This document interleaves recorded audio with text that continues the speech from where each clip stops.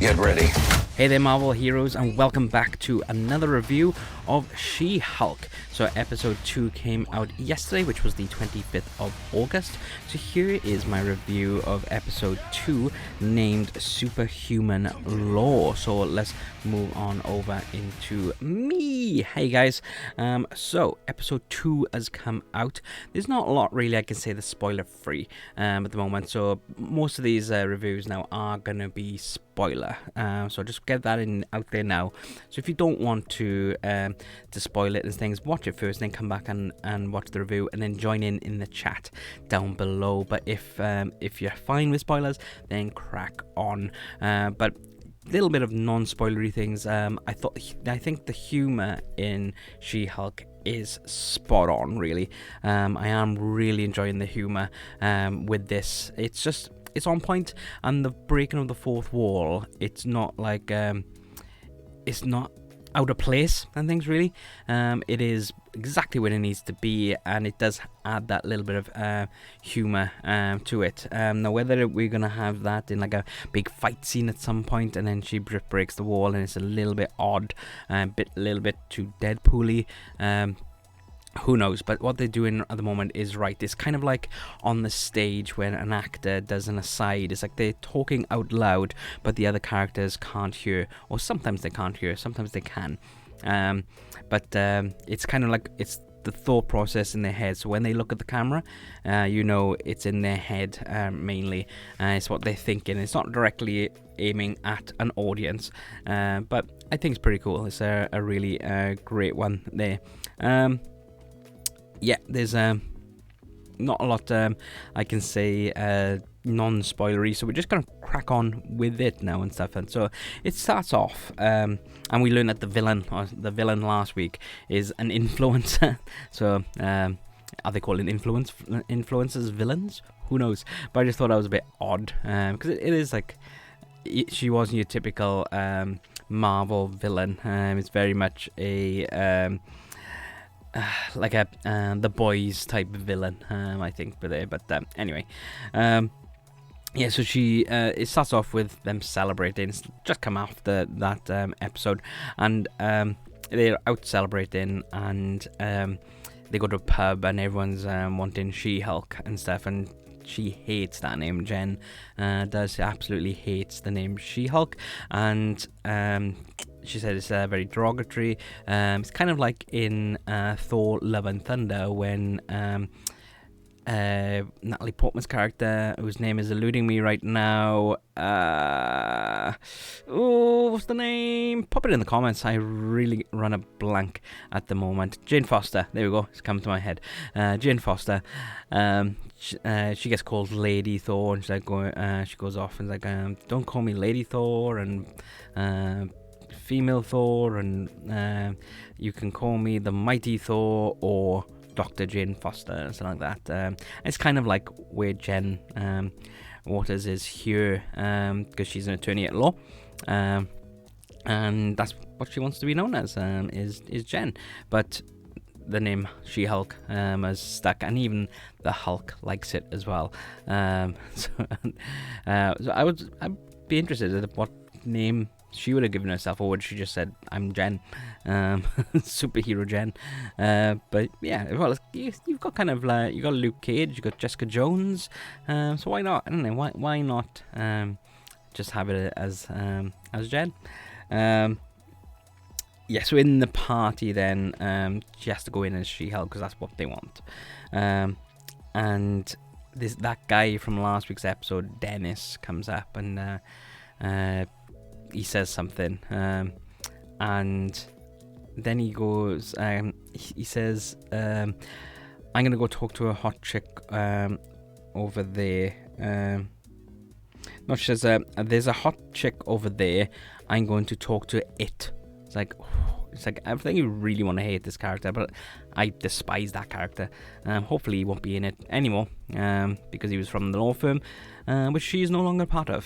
So yes, she was fired in this episode, and then taken on by the opposition that she lost to, because of her hulking out. They said that it was made the jury biased to her.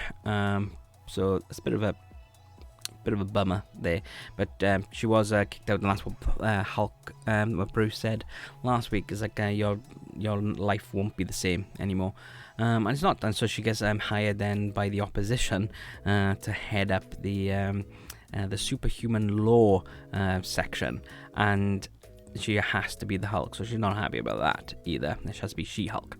So I thought that was pretty interesting there. But the first assignment is Abomination. Now, we knew Abomination was going to be in it, Emilblonsky. We knew he was going to be in this, so it was good to see right at the beginning. And that is a thing, because she said, I got a conflict of interest. She tried to kill my cousin Bruce. So, yeah.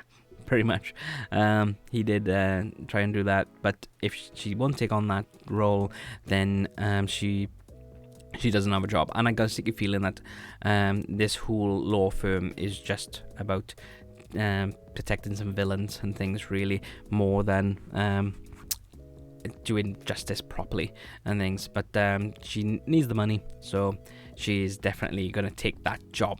So she goes to see Abomination, and the funny thing is, like, she had to sign a waiver and say, if you die, then fine, then it's not on us. So that was pretty hilarious. But when you go in, it's not Abomination, it's Emilblonsky. He's not actually the Abomination, so he's managed to figure out how to change back.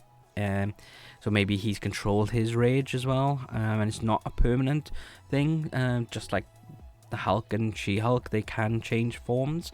So that's quite interesting.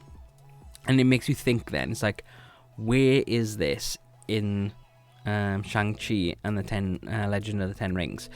Because he is in that, and he does have a fight with Wong. So it's quite an interesting one, where his place. And I thought it was after that movie. So we think then it's like, maybe it's part of his agreement that he can go and do these fights. But right at the end, right smack at the end, just before the credits, she turns on the news after saying she'll take the job.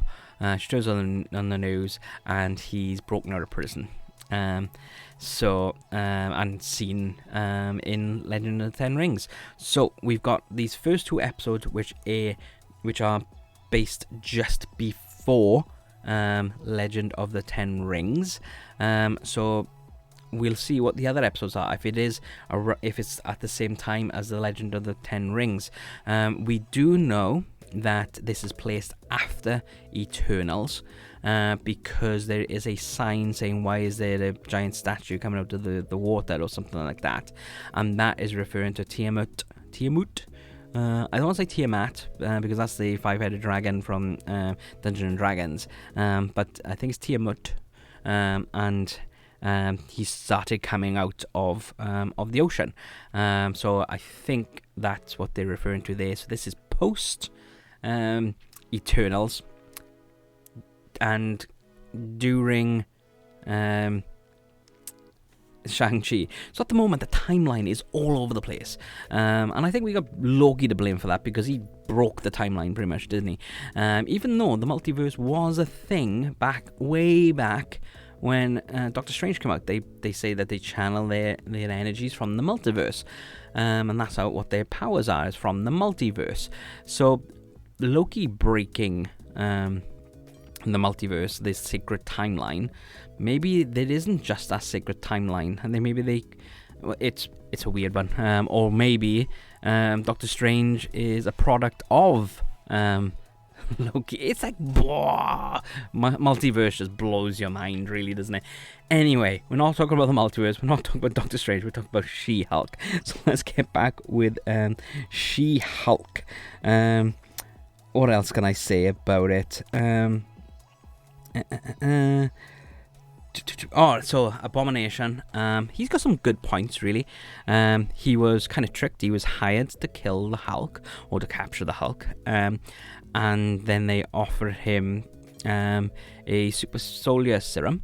So he thought he was going to be a hero. He even says in this, he thought he was going to be like Captain America. So what other loyal soldier would be willing to do that, really? So the US, because he's a British national. Well, he was born in Russia, raised in the UK, and then loaned to the US government, if you go way back to the Incredible Hulk movie.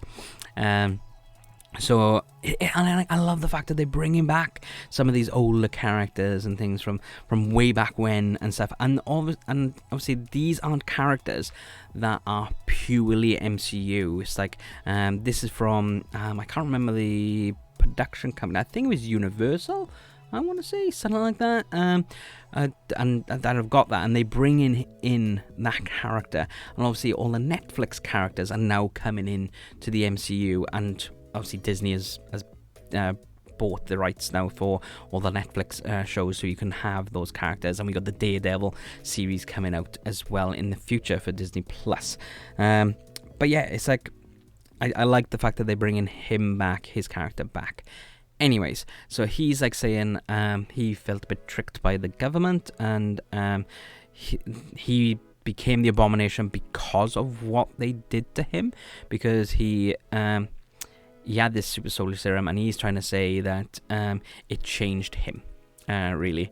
And now he's changed again because he's been in prison, and he's reformed and things like that. He keeps on going on about 7 soulmates that he's met in prison. Now, I've been racking my brain about this, and I haven't got a clue. I have no idea who these 7 soulmates are going to be. No idea. If you guys know, or have you got any theories, please do pop them down below, because I literally have nothing. I'm just racking my brain, and I can't think of anything to do with it. So that's quite interesting there. Yeah, so that's pretty much it, apart from when Jen is phoning Bruce and talking to him. It looks like he's in his lab, but he's not. He's on the Sakarian spaceship. Now, raising a little bit of a thing here, he seemed to be the only one on that spaceship. So, is it his actual spaceship, and he caused the crash to then create the She-Hulk? Theory. Probably is incorrect, but theory. But why is he also going off into space? What's he gonna do? Are we gonna see him again in the rest of She-Hulk? Who knows? But so many questions. Who are the 7 soulmates? Where is Hulk going? Did Hulk cause the crash? Too many questions. But yeah, I am really enjoying it. This week was only 31 minutes, including the credits as well. Or the post-credit scene was literally just Jen helping around the house as She-Hulk. A little bit of comedy. But yeah, where's it going to go, really, and things like? So, it's 31 minutes long. Last week's was 38. So, if we go in by how it usually is, it's probably going to be between the 30 and 40 minutes for the next 2 episodes. Episode 5 will probably be a lot longer, and then the last but 1 episode will be a bit long, and then the last episode will be about 40-45 minutes, I'd imagine. Not really enjoying this so far. Much better than Ms. Marvel. I didn't really like Ms. Marvel. I realize I always sit off from my chair. It's like my chair should be here, so I should be sitting here, but I like to lean a little bit like that. Who knows? Anyway, side points are off. Let me know what you thought about the episode in the comments down below. Please do share this around with your friends and get them to involved. It's like I am not a massive comic book follower, so you guys might have the knowledge that I don't, and I really do enjoy learning about them. And I do actually comment on these reviews saying about who said what as well. So please do pop your comments down below and put your theories as well. We don't do these as lives anymore just due to time with work and stuff, but hopefully we will be doing some more lives pretty soon. Tomorrow I got my Disney news video coming out, so check that out from 9 a.m. tomorrow morning, which is Saturday. And yeah, we got quite a few different things that are coming out this month to do with Disney Plus and also the Disney parks. And then next Saturday, we have our Disney parks planning video again. So please do watch those if you're thinking about going to Disney, or even just curious of how people plan to go to Disney. We are manic organized people. We try to be very organized on this channel as well, but sometimes real world catches up with us. But that is all I'm going to say for today, guys. Thanks very much. Don't forget to click that subscribe button and also pop some comments down below. Let's get chatting. But until next time, bye.